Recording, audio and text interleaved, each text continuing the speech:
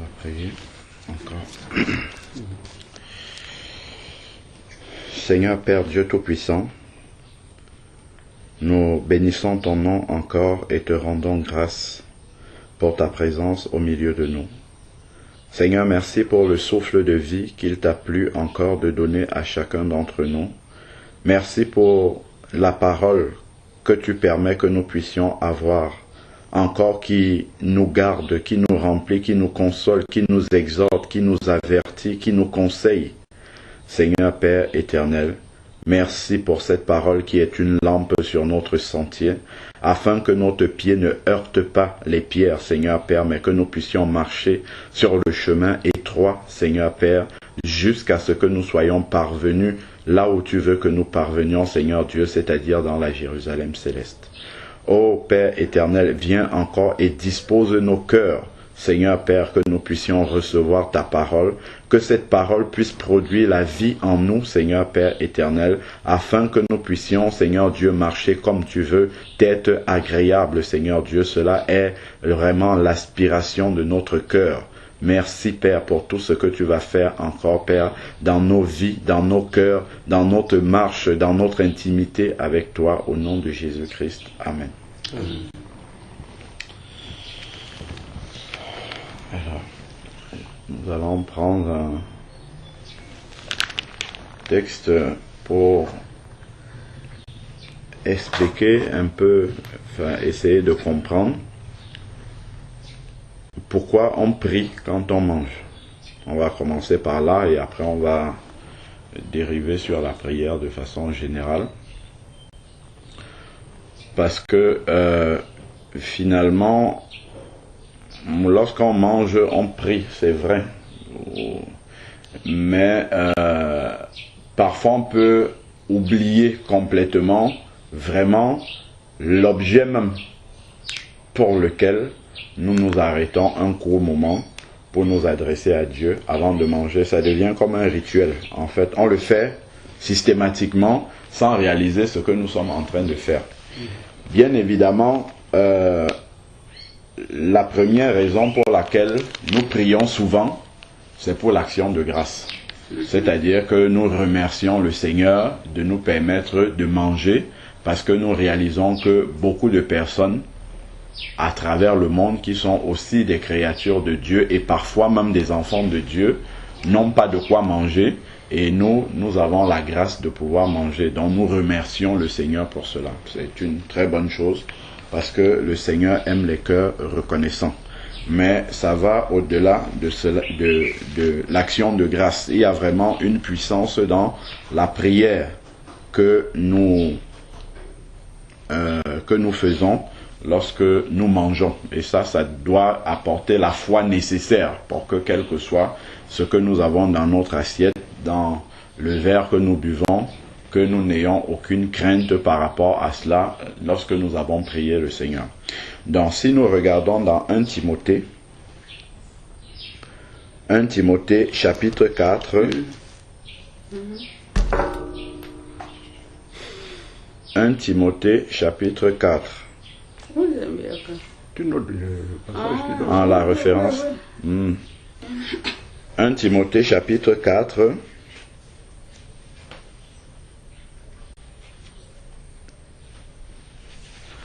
À partir du verset 3 jusqu'au verset 5. Ça va être la prière de façon générale. Mais je commence par le repas. Parce qu'on en a parlé récemment par rapport à l'eau. Par rapport à l'eau. Voilà. Donc, c'est pourquoi je vais m'appuyer. Je vais prendre cet exemple-là et après je pourrai dériver. Voilà, c'est 1 Timothée chapitre 4 à partir du verset 3 jusqu'au verset 5. 1 Timothée 4. T-I-M. 1 Timothée 4 du verset 3 au verset 5.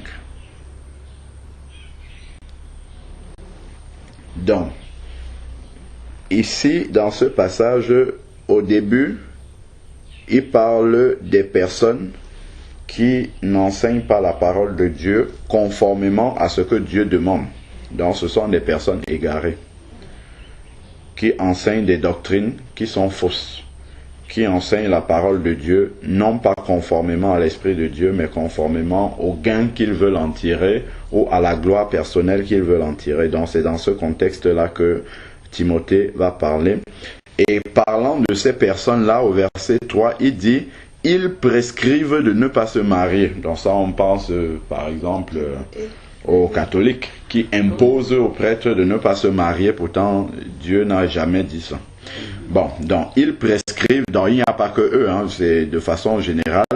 Donc ils prescrivent de ne pas se marier et de s'abstenir d'aliments que Dieu a créés pour qu'ils soient pris avec action de grâce par ceux qui sont fidèles et connaissent la vérité.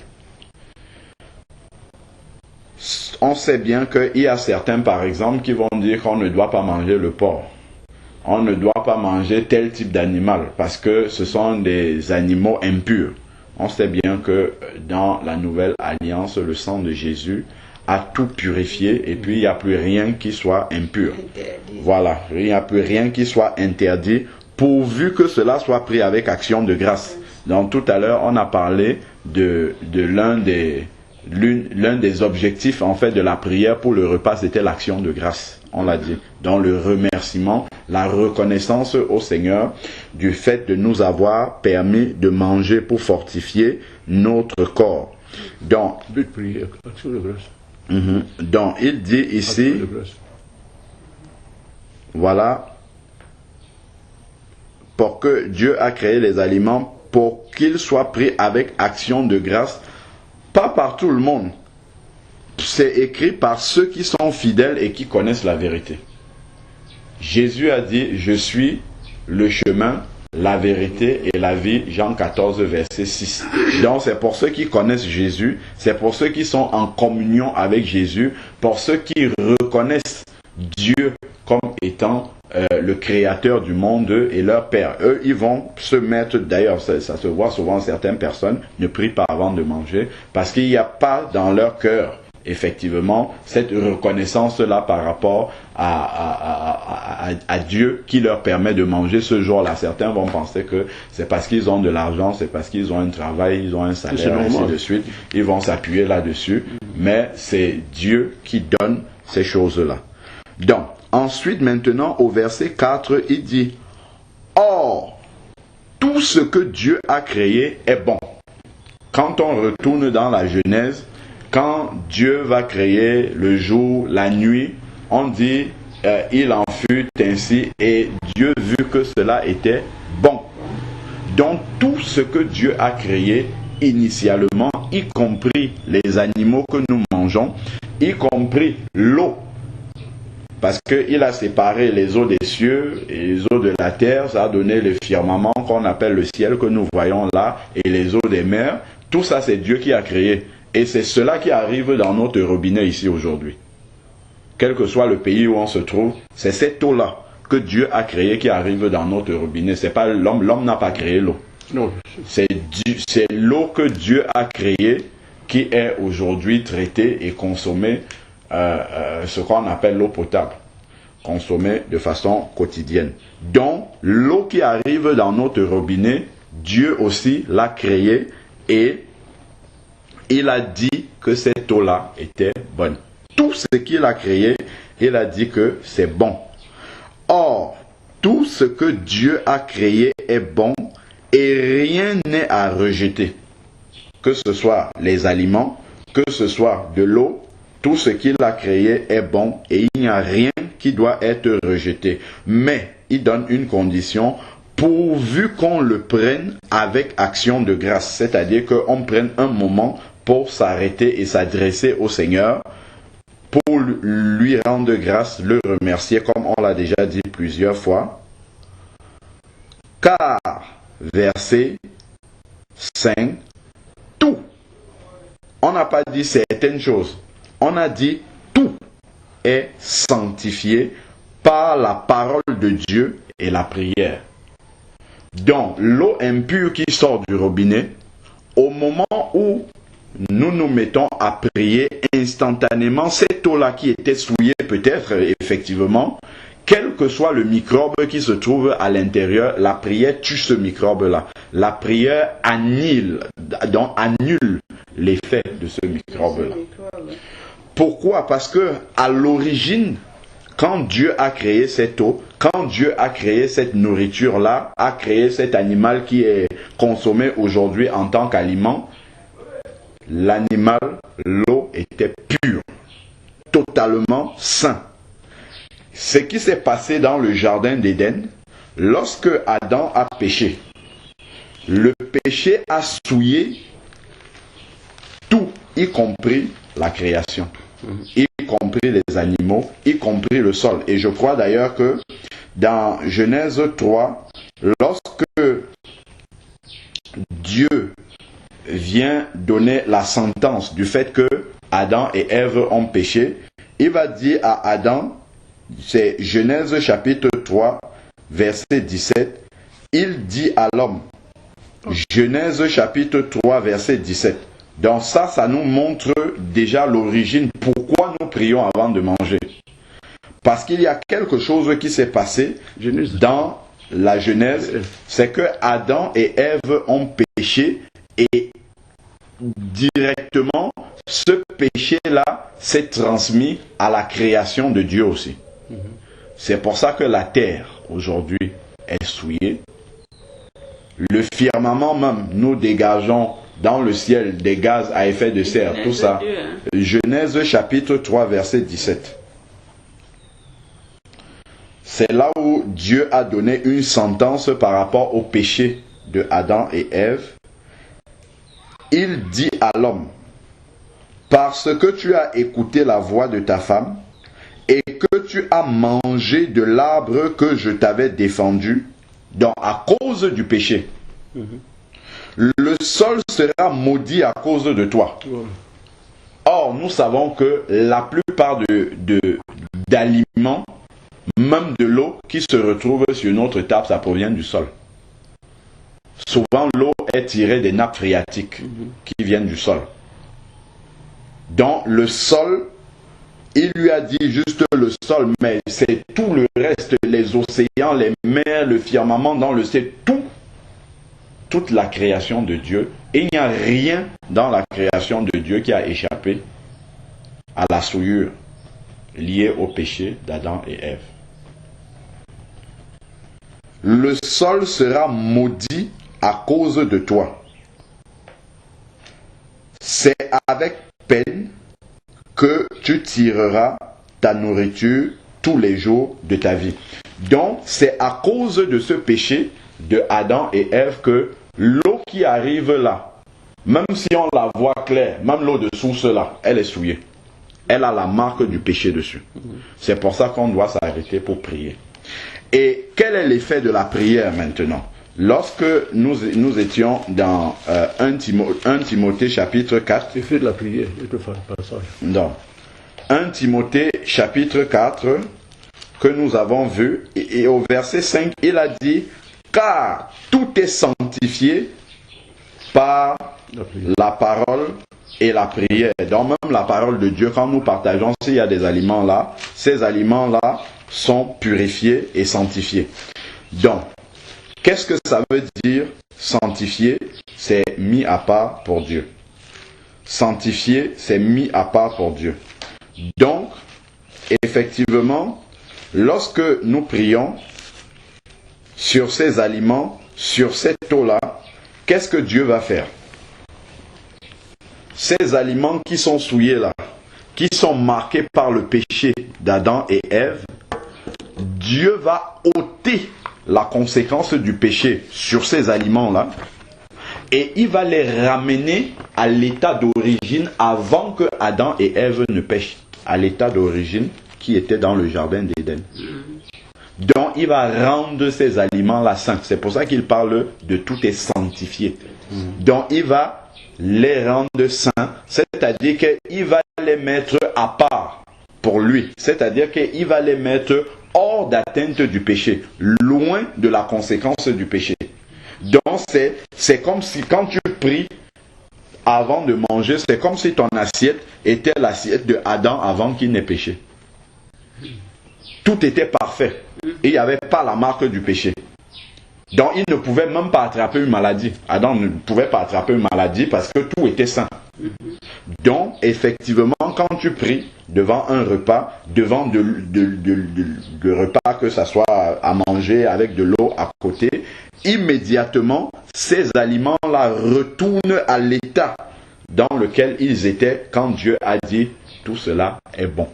Donc il n'y a plus absolument aucun effet de souillure là-dessus. Parce que la prière ramène ces aliments-là, y compris de l'eau, à l'état de sainteté qu'ils avaient avant que Adam et Ève ne pêchent. Donc, à ce moment-là, une fois que tu as prié devant, tu peux manger en toute quiétude. Sachant, tu peux boire en toute quiétude, sachant que ce que je suis en train de boire, peu importe même ce que mes yeux voient de cette eau-là, cette eau-là est pure. Parce que, comme on a dit hier, les sens encore peuvent nous tromper. La vue, ce que nous voyons, l'état dans lequel c'est, on peut se dire, ah non, si tu bois ça, tu vas être malade. Mais c'est une question de foi maintenant, que la prière que j'ai faite a annulé tous les microbes qui sont dedans, même si mes yeux voient encore quelque chose. Donc c'est une question de foi, parce que je dois croire que ce que j'ai demandé à Dieu dans la prière, c'est exactement ce qu'il a fait. Même si mes yeux ne voient pas encore l'exaucement, mais spirituellement, la chose est déjà réalisée. Prenons Marc, chapitre 11, verset 24. Là, on va entrer dans la prière de façon générale. La prière de foi. Marc, chapitre 11, verset 24. Marc 11, verset 24.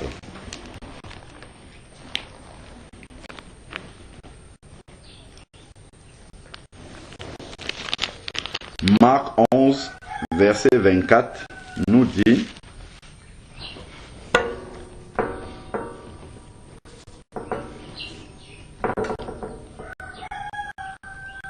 je vais commencer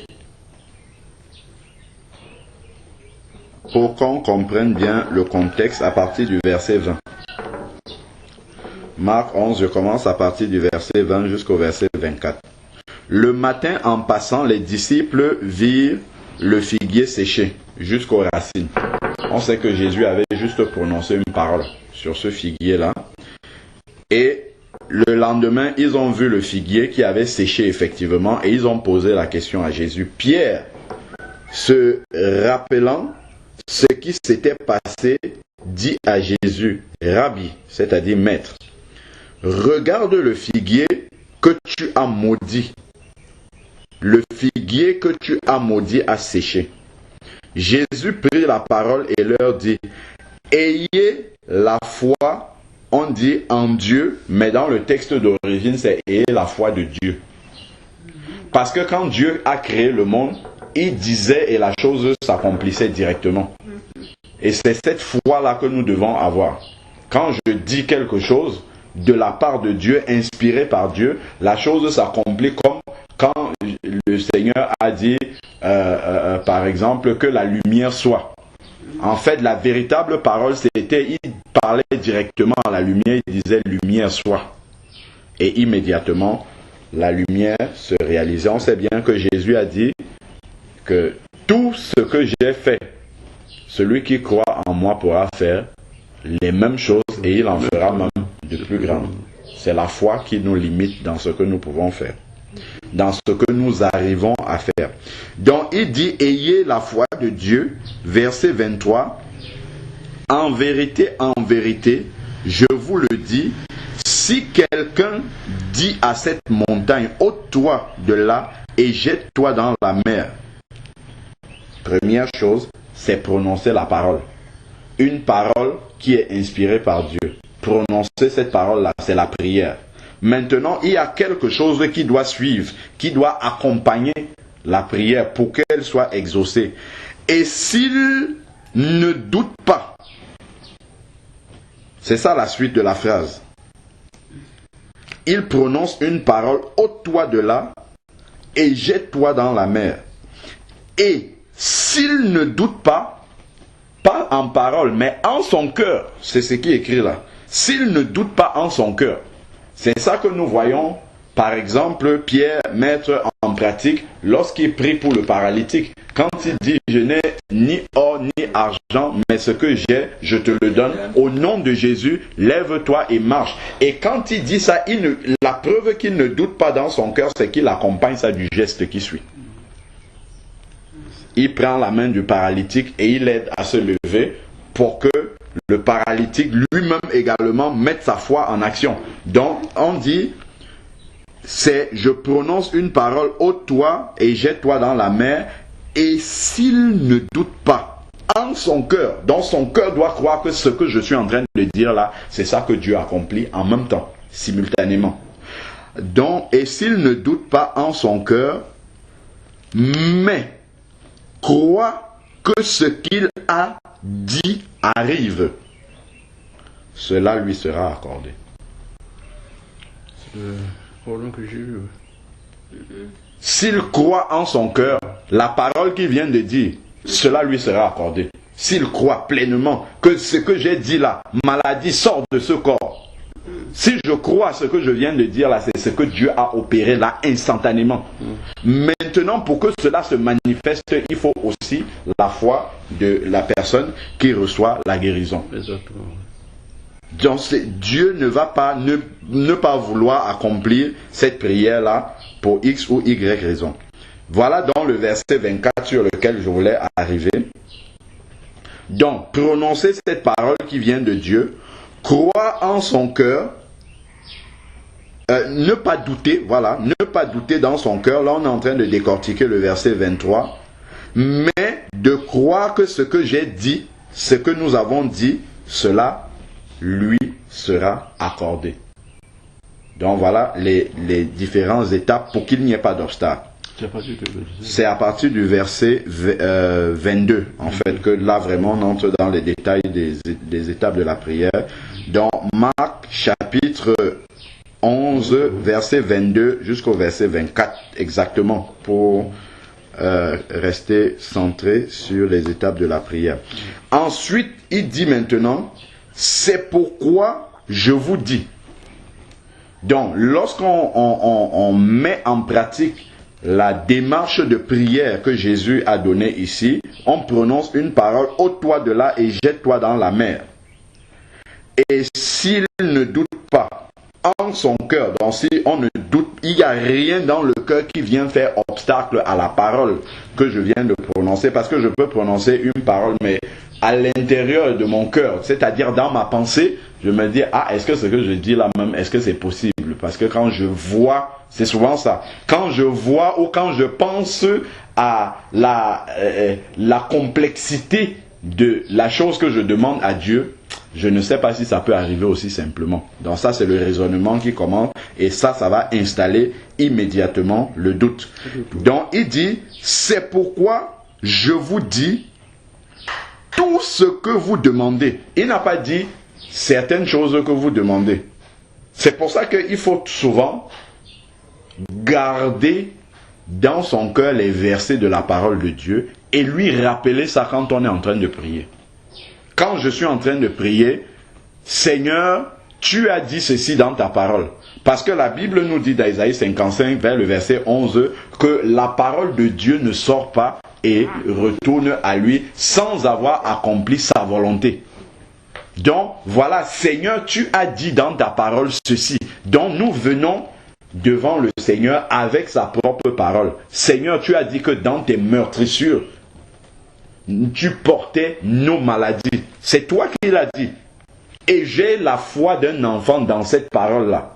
C'est pourquoi je viens te demander exactement ce que tu as dit.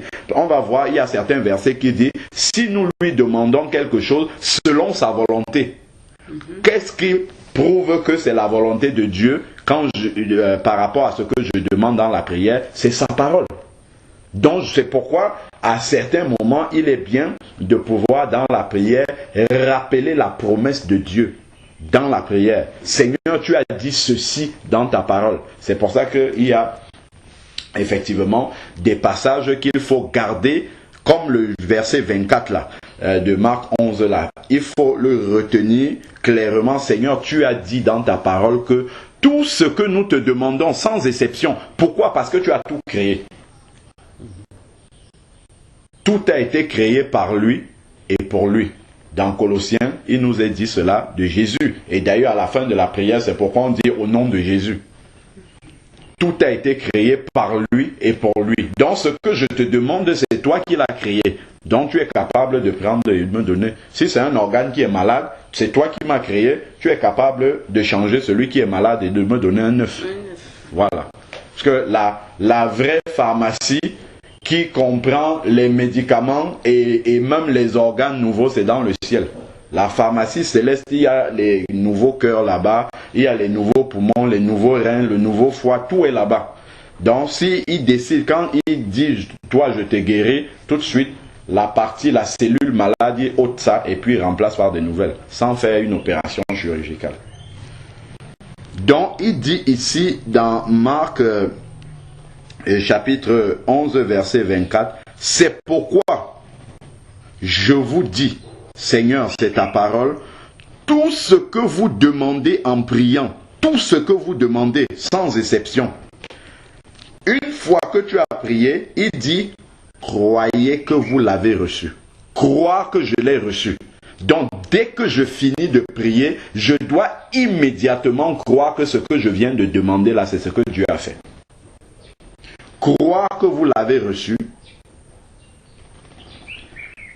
Et cela vous sera accordé. Le « et », c'est est mis ici pour la conséquence. On peut remplacer le « et » par « alors ». Il dit tout ce que... Je vais essayer de redire le verset en changeant le « et ». Il dit, c'est pourquoi tout ce que c'est pourquoi je vous dis, tout ce que vous demandez en priant, croyez que vous l'avez reçu, alors cela vous sera accordé. En conséquence, cela vous sera accordé.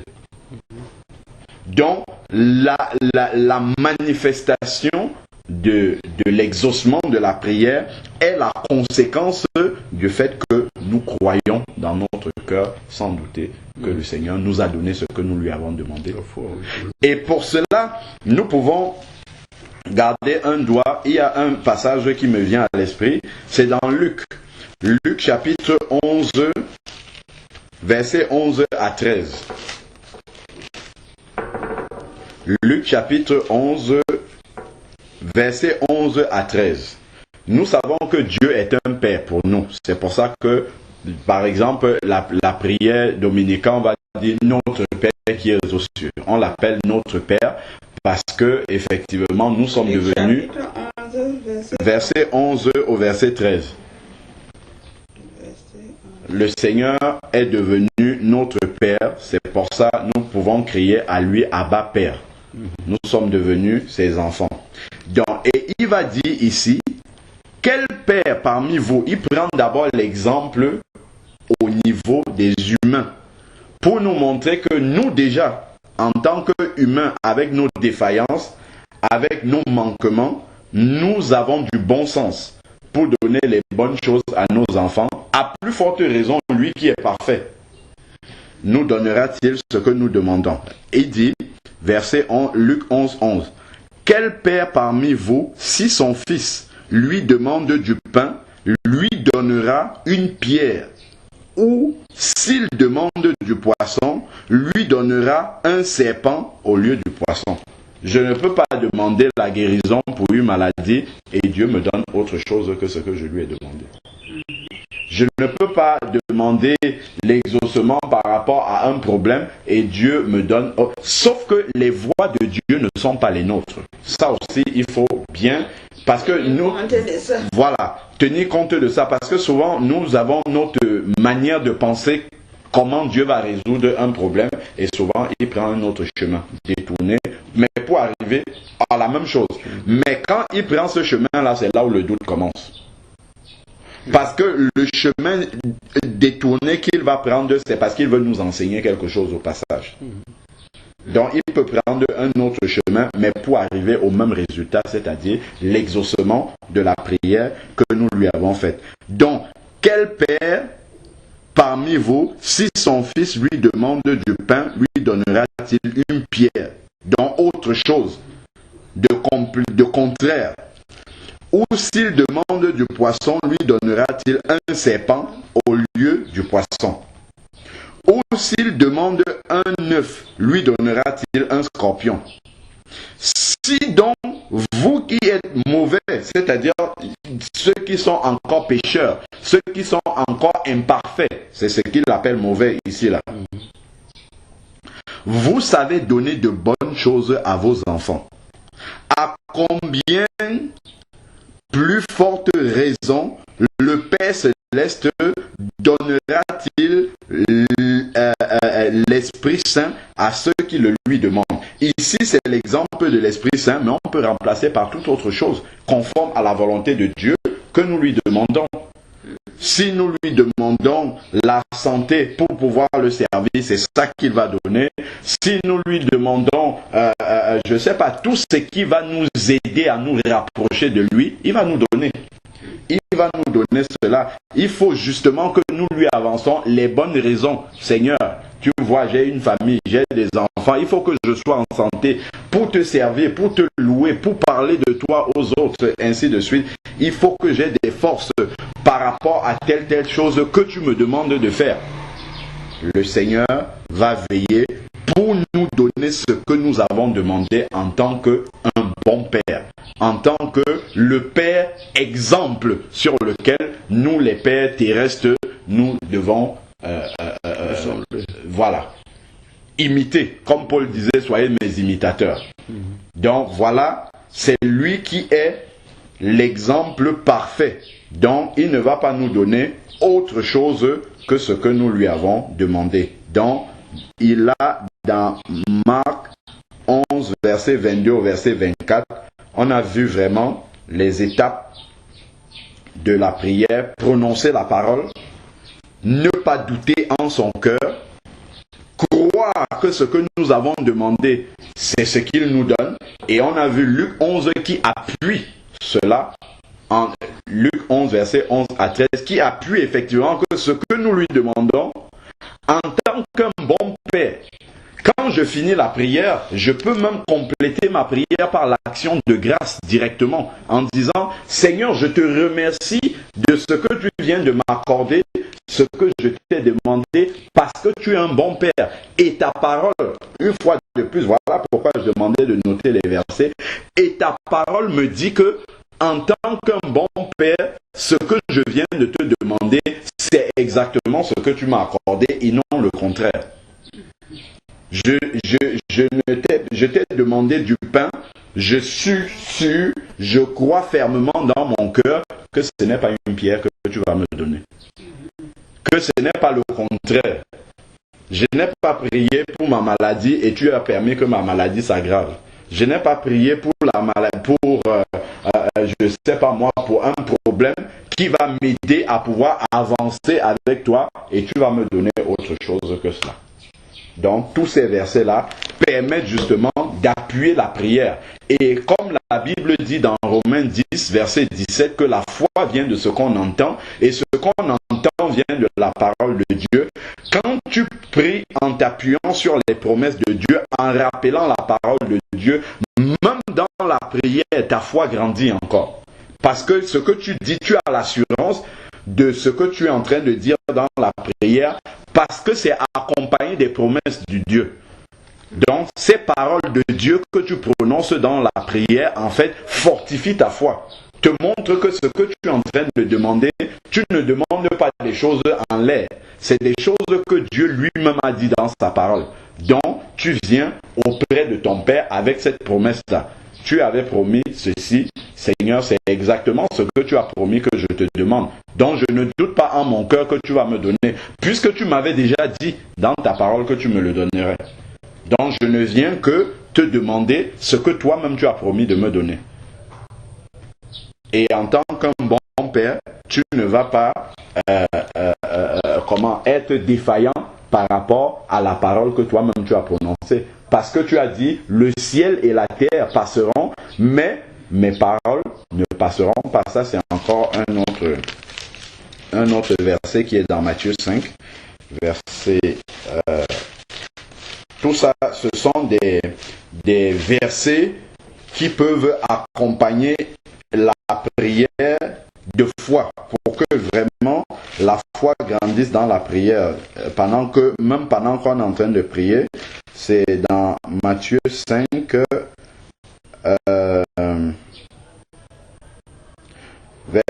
verset 18, il dit, en vérité, je vous le dis, jusqu'à ce que le ciel et la terre passent, pas un seul iota, jusqu'à ce que le ciel et la terre passent, pas un seul iota, pas un seul trait de lettre de la loi ne passera jusqu'à ce que tout soit arrivé. Donc, Seigneur, voilà, tu as dit que rien de ta parole, le ciel et la terre passeront, mais mes paroles ne passeront pas. Donc, je crois que ce que tu as dit là, c'est valable dans ma vie. Et que c'est ce que tu vas faire. Donc, prenons un autre verset maintenant, toujours par rapport à la prière. Jean chapitre 14, verset 13. Jean chapitre 14, verset 13. Parce que lorsqu'on connaît personnellement tous ces versets-là, qu'on les médite, en fait, on va se les approprier et on ne va plus être dépendant des autres dans la prière. C'est vrai que la prière d'intercession est importante, de se réunir, prier les uns pour les autres, mais on va être déjà fort soi-même pour prier soi-même pour ses propres besoins, ses propres problèmes, et prier aussi pour les autres. On va être, déchargé du fait de penser que ce sont les autres forcément qui doivent prier pour moi. Parce que ces promesses-là, c'est pour moi aussi. C'est pour toi. C'est pour lui. Donc, c'est parce que je crois, il croit, nous croyons dans ces promesses que nous allons aller prier pour X et pour Y. Mais si tu crois toi-même, dès que tu es malade, dès que tu as tout de suite tu pries avec la foi que te donnent ces versets-là. Et c'est comme ça que toi-même tu pourras prier et finir par t'oublier, oublier tes propres besoins et prier pour les autres. Parce que déjà tu sais que ce pourquoi les besoins personnels que tu as sont déjà satisfaits. Et là maintenant tu pries pour les autres également. Donc parce que tu sais que ce que Dieu a dit dans sa parole, c'est exactement ce qu'il va faire. Comme Philippiens dit, au lieu de considérer vos propres intérêts, considérez aussi ceux des autres. Je crois que c'est dans Philippiens chapitre 2. Parce que ça aussi, ça peut être un frein dans l'exaucement de la prière. Quand on prie seulement pour soi-même, il faut prier pour les autres aussi. Il faut s'oublier soi-même pour penser aux autres aussi. Et ça va vraiment toucher le cœur de Dieu. C'est comme dans une des réunions des Adzakosians, il y a quelqu'un qui avait rendu un témoignage, qui était venu très malade, et pendant qu'on priait pour les malades, elle ne priait pas pour elle, mais elle priait pour quelqu'un d'autre qui était dans l'assistance. Parce que quand elle a vu le cas de l'autre personne, physiquement, elle voyait que la personne était tellement diminuée qu'elle avait plus de compassion pour cette personne-là que elle, sa petite maladie. Et Dieu a guéri les deux. Elle est venue, c'est là où elle est venue rendre témoignage que en fait je priais pour mon voisin parce que je vois son cas physiquement qui est difficile. Voilà, et Dieu a exaucé en fait, Dieu l'a guéri alors qu'elle n'a pas prié pour elle, elle priait pour quelqu'un d'autre. Et Dieu, justement, est touché par ce type de comportement-là où on s'oublie soi-même pour penser aux autres. Si je m'occupe des problèmes des autres, Dieu s'occupe des miens. Parce que quand je m'occupe des problèmes des autres, en réalité, Je m'occupe de Dieu. Puisqu'il a dit, aime ton prochain comme toi-même. Quand je sers mon prochain, c'est Dieu que je suis en train de servir. Il le dit dans Matthieu 25. À chaque fois que vous donnez un verre d'eau à un de mes plus petits enfants, c'est à moi que vous l'avez donné. Voilà. Donc quand on prie pour les autres, en réalité, c'est Dieu que nous sommes en train de servir. Donc c'était dans Philippiens chapitre 2, verset 4. Philippiens chapitre 2, verset 4 dit que chacun de vous, au lieu de considérer ses propres intérêts, considère aussi ceux des autres. Donc quand tu pries pour ta propre maladie, pense aussi à prier pour les autres malades. Même si tu es à l'hôpital, tu pries pour ta propre maladie, prie pour ton voisin de lit. Chapitre 2, verset 4. Philippiens, chapitre 2, verset 4. Au lieu de considérer ses propres intérêts, considère aussi ceux des autres. Je suis à l'hôpital, je suis malade. C'est vrai que le corps ne se sent pas bien. Je prie pour que Dieu intervienne sur moi, mais je prie aussi pour les autres patients qui sont là. Parce que peut-être eux, ils n'ont pas cette foi-là, ils ne connaissent pas Dieu, ils ne savent pas que Dieu est capable d'intervenir. Je prie également pour eux. Ou dans la famille, s'il y a d'autres malades, ou dans les connaissances, et ainsi de suite. Portez aussi le fardeau de ces personnes-là. Ça aussi, c'est quelque chose qui touche le cœur de Dieu. Parce qu'il voit effectivement cet amour-là que tu as pour ces créatures. Et c'est comme ça que lui aussi, sa miséricorde et sa compassion peut descendre sur toi. Donc on avait dit Jean chapitre 14 verset 13. Déjà à partir du verset 12, il y a quelque chose de très important. Il dit en vérité, quand Jésus dit une parole, en commençant par en vérité, c'est qu'il y a quelque chose de fondamental qu'il va dire pour notre foi, pour notre vie avec lui et même pour notre salut. En vérité, je vous le dis, celui qui croit en moi fera lui aussi les œuvres que moi je fais et en fera de plus grandes parce que je vais au Père. Quand nous prions pour les malades, nous ne prions pas parce que nous sommes plus grands ou parce qu'on prêche la parole de Dieu. On prie parce que nous sommes des disciples, tout simplement parce que nous croyons en Jésus. Marc 16, verset 17, voici les miracles qui accompagneront pas les pasteurs, pas les anciens, pas les diacres, tous ceux qui auront cru. Voici les miracles qui accompagneront ceux qui auront cru. N'importe quel chrétien, tu arrives quelque part, il y a quelqu'un qui est malade, tu poses ta main sur lui. N'importe quel chrétien n'attend pas que le pasteur soit là, que ainsi de suite. N'importe quel chrétien pose ta main sur lui et prie. Il y a quelque chose qui s'est passé une fois dans l'assemblée où on était avant de sortir, là où vous êtes venu en 2012, voilà, à côté de la maison. Et il y avait, voilà, les Haïtiens. Et il y a eu une fois il y avait une espèce de d'action de grâce, voilà, un culte d'action de grâce par rapport, je crois, c'était les 9 ans qu'ils célébraient, les 9 ans d'existence de l'Assemblée. Et là, avant, il y a une sœur dans l'Assemblée qui avait eu un AVC. Pendant qu'elle était en train de prendre sa douche, elle a eu un AVC. Elle est partie à l'hôpital, on avait même été lui rendre visite, on a prié avec elle. Et le Seigneur a opéré un miracle, elle en est sortie, mais elle avait un côté du corps qui ne fonctionnait pas. Bon, elle était là ce jour-là, à ce culte-là, donc elle marchait, elle venait sur un fauteuil roulant, elle était là à ce culte-là, et pendant qu'on était en train d'adorer Dieu, il y en avait qui levaient les mains, ainsi de suite, et il y a un frère qui, en élevant les mains, a ouvert les yeux et qui l'a vu. Elle essayait aussi, mais elle n'arrivait pas. Oui, elle n'arrivait pas. Voilà.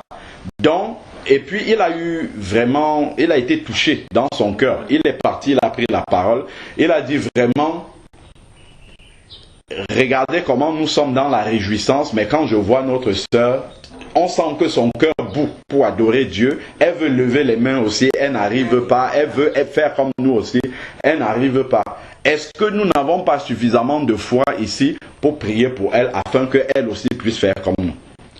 On a prié à ce moment-là, il n'y a rien qui s'est passé. Le culte a continué, ça s'est terminé. En fin d'après-midi, il y avait un deuxième culte, toujours la suite, en fin d'après-midi. À ce moment-là, il y avait même d'autres assemblées qui étaient invitées pour ce jour-là. Il y avait plein de pasteurs qui étaient assis à l'estrade comme ça, là, qui étaient là avec leurs femmes, tout ça. Donc, et à un moment donné, le pasteur de l'assemblée, il invite une dame qui était assise au fond de la salle là-bas. Il l'invite pour venir chanter et prier. Bon, elle vient, elle chante, elle prie parce qu'apparemment c'était une connaissance qu'il avait invitée. Et après, quand elle a terminé, le pasteur dit, mais elle n'est pas venue seule. Elle est venue avec son mari qui est assis au fond aussi là-bas, à côté d'elle. C'est un jeune couple qui a commencé à servir Dieu. Il faut que le mari vienne aussi saluer l'assemblée. Quand le mari est venu, il a commencé à parler, il a salué l'assemblée, il dit, mais vraiment, j'étais là, j'ai assisté au culte le matin, j'ai vu qu'il y a une personne qui est malade ici au milieu de nous, qui est sur le fauteuil roulant. Mais quand je vois les serviteurs de Dieu qui sont là, je vois les enfants de Dieu, est-ce qu'il n'y a pas suffisamment de foi pour prier pour cette personne-là, rester dans la présence de Dieu pour que Dieu guérisse cette personne-là? C'est quelque chose qu'il a commencé à prononcer des paroles de foi comme ça. Moi, je crois que c'est possible. Je sais que Dieu peut le faire, ainsi de suite. Toutes les personnes qui étaient là ont commencé à croire. On a commencé à prier. Il a dit, amenez-les. On a amené cette personne-là, cette sœur-là. Et il y avait une autre dame qui était là aussi. C'est la sœur d'une dame qui était à l'assemblée, mais qui est catholique même. Elle était sur fauteuil roulant, atteinte d'un cancer en phase très avancée. Donc on a amené ces deux personnes-là sur les sièges. On a commencé à prier. Il a demandé à la première déjà de se lever. Elle s'est levée, elle a commencé à marcher. Elle a laissé son siège. Deuxième aussi, elle s'est levée, elle a commencé à marcher. Les deux se sont levés de leur siège comme ça. Elles ont commencé à marcher devant tout le monde dans l'assemblée. Donc ça, ce sont vraiment des choses qui arrivent. C'est quelqu'un qui, juste par sa propre foi, a stimulé la foi de toute l'assemblée. Parce que ces paroles étaient des paroles de foi. Et les gens qui étaient là ont commencé à se dire, mais oui, en réalité, ce qu'il dit, c'est la vérité. C'est ce qui est écrit dans la Bible. Que si nous croyons en Jésus, nous ferons exactement les mêmes choses qu'il a faites. Et nous en ferons même de plus grandes. Jésus n'a jamais prêché et 3000 personnes se sont converties en même temps. C'est jamais arrivé. Mais quand Pierre a prêché le jour de la Pentecôte, 3000 personnes se sont converties en une seule fois. Voilà par exemple, comme il a dit, ceux qui croient en moi feront les mêmes choses et en feront même de plus grandes. Donc voilà un exemple de plus grandes choses que des apôtres, des humains comme nous, ont pu accomplir au nom de Jésus. Donc nous ne devons pas douter. Il en fera de plus grandes, car je vais au Père. Et le verset 13 sur lequel, justement, que je citais par rapport à la prière, puisque Jésus est parti au Père, puisque nous croyons en lui, verset 13, tout ce que vous demandez, il faut toujours qu'on s'appuie sur le tout là. Il n'y a pas des choses exclues. Comme dans Marc chapitre 11, verset 24, il disait toujours, tout ce que vous demandez dans la prière. Il n'exclut pas, il ne dit pas que certaines choses que vous demandez, c'est trop grand pour vous, je ne vais pas vous accorder. Il dit, et tout ce que vous demandez en mon nom, parce qu'il est retourné au Père. Tout ce que vous demandez en mon nom, c'est au nom de Jésus. Pourquoi? Parce que c'est le nom de Jésus qui a racheté toutes les promesses qui étaient perdues lorsque Adam et Ève ont péché. C'est le nom de Jésus qui a racheté toutes ces promesses. C'est dans ses meurtrissures qu'il a porté nos maladies. C'est dans son corps qu'il a porté nos péchés. C'est son sang qui efface nos péchés. Dans son nom, effectivement, restaure toutes choses. Donc, tout ce que vous demandez en mon nom, je le ferai. Ce sont des versets que nous devons citer au Seigneur dans la prière. Seigneur, tu as dit que tout ce que nous demandons en ton nom, ce que je demande là, ce n'est pas mon nom personnel, ce n'est pas parce que je mérite quoi que ce soit. Je sais que moi, tout ce que je mérite, c'est le châtiment et l'enfer.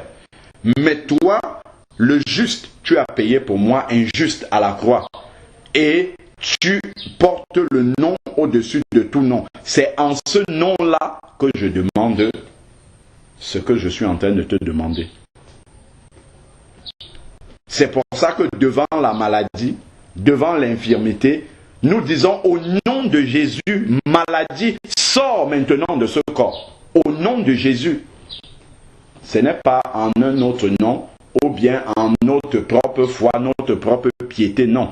C'est au nom de Jésus que nous disons cela. Parce que la puissance réside dans le nom de Jésus, parce que Jésus a racheté toutes ces promesses-là. Je le ferai, et il y a un but pour lequel il le fait, afin que le Père soit glorifié dans le Fils. Parce que le nom de Jésus guérit, parce que le nom de Jésus apporte la paix, la consolation, la réponse, l'exaucement. Cela fait en sorte que le Père soit glorifié et qu'on sache que c'est lui qui avait vraiment envoyé Jésus sur la terre. Et il conclut encore au verset 14 que nous devons aussi noter. Donc c'était Jean chapitre 14 du verset 12 jusqu'au verset 14. Tous ces versets-là sont très importants. Si vous demandez quelque chose en mon nom, je le ferai. Il le dit 2 fois de suite entre 2 versets. Si vous demandez quelque chose en mon nom, je le ferai. C'est le verset 14 qui dit cela. Donc, un élément qui s'ajoute à tout ce que nous avons dit jusqu'ici, c'est de demander au nom de Jésus. C'est une des clés également de l'exaucement. Tout à l'heure dans Marc 11, verset 24, on a dit prononcer la parole de foi, ne pas douter dans son cœur, croire que Dieu le fait, qu'il exauce là immédiatement, et ensuite la chose se manifeste. Ici, il dit il faut demander en son nom. Donc ne pas oublier le nom de Jésus. Parce que c'est dans le nom de Jésus qu'il y a toutes ces promesses-là. Nous savons que tout l'héritage céleste dont nous jouissons aujourd'hui, c'est le nom de Jésus qui nous accorde cet héritage-là. C'est dans le nom de Jésus que nous avons droit à tout ce que nous demandons. Donc, ne pas oublier de mentionner le nom de Jésus. Seigneur, c'est en ton nom que je demande toutes ces choses, parce que tu as dit dans ta parole que tout ce que nous demandons en ton nom, tu le feras. Seigneur, je crois que tu le fais, parce que tu es un bon Père pour nous et que tu accordes à tes enfants ce qu'ils te demandent. Je sais que tu es retourné au Père, tu es ressuscité, tu es retourné au Père, et à cause du fait que tu sois maintenant là-bas, tu accordes les choses saintes que je suis en train de te demander. Donc, le nom de Jésus, en plus de tous ces éléments-là. On va voir les différents éléments qui viennent booster la prière. Dans chaque verset, il y a des petits éléments qui se rajoutent, tels que tu es en train de voir jusqu'ici. Si nous prenons maintenant chapitre 15, juste à côté, Jean chapitre 15, verset 7. Jean 15, verset 7.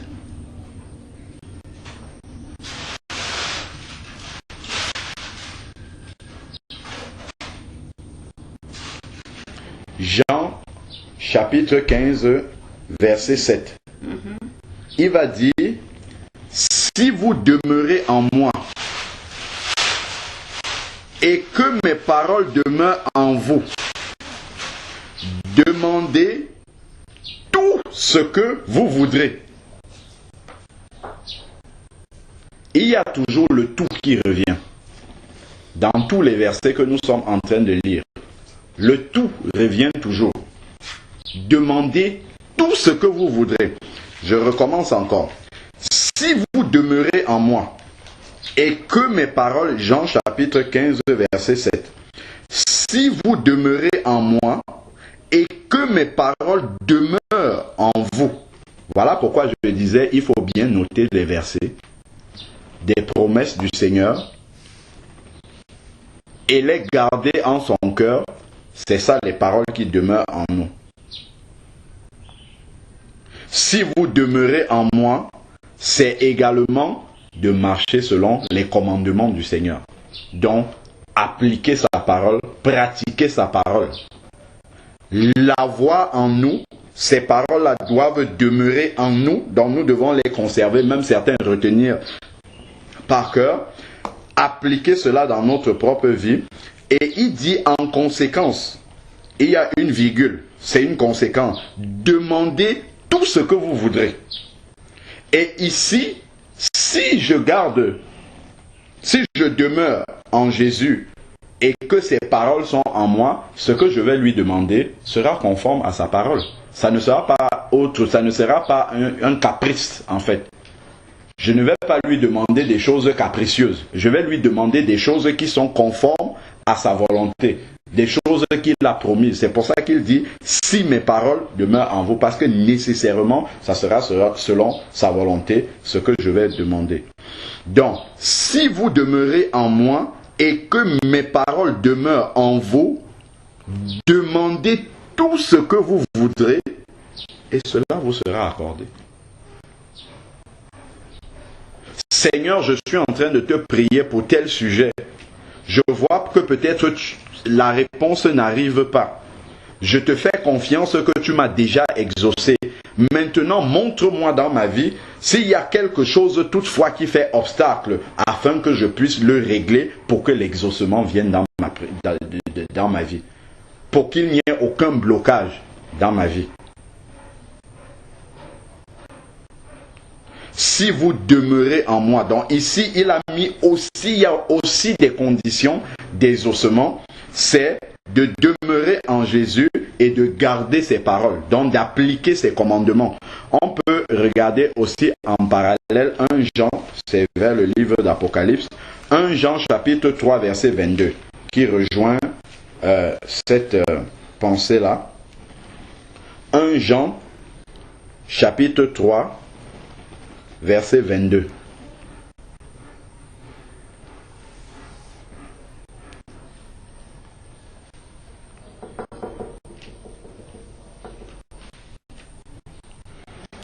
Jean chapitre 3 verset 22 qui dit: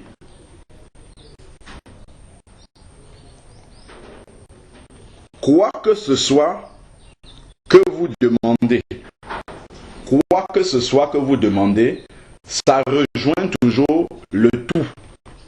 On voit toujours que le Seigneur, il n'exclut pas des choses. Il ne dit pas que c'est trop grand ce que tu demandes. Il ne dit pas que c'est trop difficile ce que tu demandes. Il dit toujours tout ce que vous demandez dans la prière. Maintenant, il dit quoi que ce soit. C'est une autre expression pour dire toujours tout ce que vous demandez. Donc, quoi que ce soit que vous demandez, quoi que ce soit que nous demandions, nous le recevons de lui. 1 Jean chapitre 3 verset 22. Quoi que ce soit que nous demandions, nous le recevons de lui. Pourquoi nous le recevons de lui? Parce que nous gardons ses commandements et que nous faisons ce qui lui est agréable. Dieu exauce les justes. Dieu exauce les justes. C'est d'ailleurs un des versets que Jésus utilisait souvent lorsqu'il était avec des pharisiens qui disaient que c'est par le prince des démons Belzébul qu'il chasse les démons, ainsi de suite. Il leur disait, Dieu, je crois c'est même, il y a même une personne qui disait, mais je crois que c'est Nicodème qui lui disait ça, que si les œuvres que tu fais là, Dieu est avec toi. Donc ça prouve qu'il est juste en fait. Parce que Dieu l'exauce toujours. Ça veut dire qu'il garde les commandements de Dieu. C'est écrit ici. Donc, et si nous gardons les commandements de Dieu, nous les connaissons, nous les appliquons, nous les pratiquons dans notre vie, nous faisons de notre mieux avec l'aide de l'Esprit Saint de faire ce qui lui est agréable. Il dit que quoi que ce soit que nous lui demandons, nous le recevons de lui. Quoi que ce soit. Donc, à côté de la prière de foi, il faut aussi marcher conformément à la parole de Dieu. Parce que si nous ne marchons pas conformément à la parole de Dieu, déjà quand j'ai commis un péché, on a dit hier que ça doit arriver par accident. Lorsque je vais fermer les yeux pour prier le Seigneur, tout de suite il y aura une gêne, comme une barrière entre Dieu et moi, tant que le péché n'est pas expié, n'est pas confessé, on n'a pas pris la décision de l'abandonner. Donc ça, le péché dans la vie peut faire obstacle effectivement à la prière. Regardons Ésaïe 59, verset 1 au verset 2. On va voir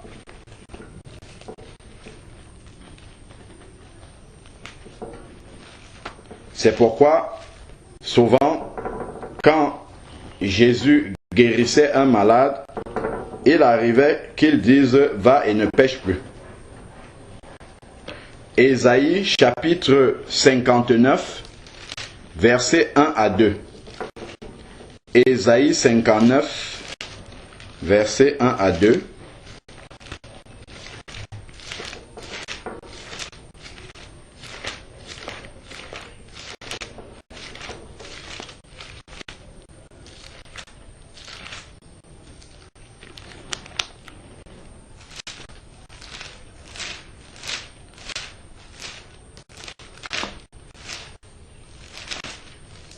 Ésaïe 59, versets 1 à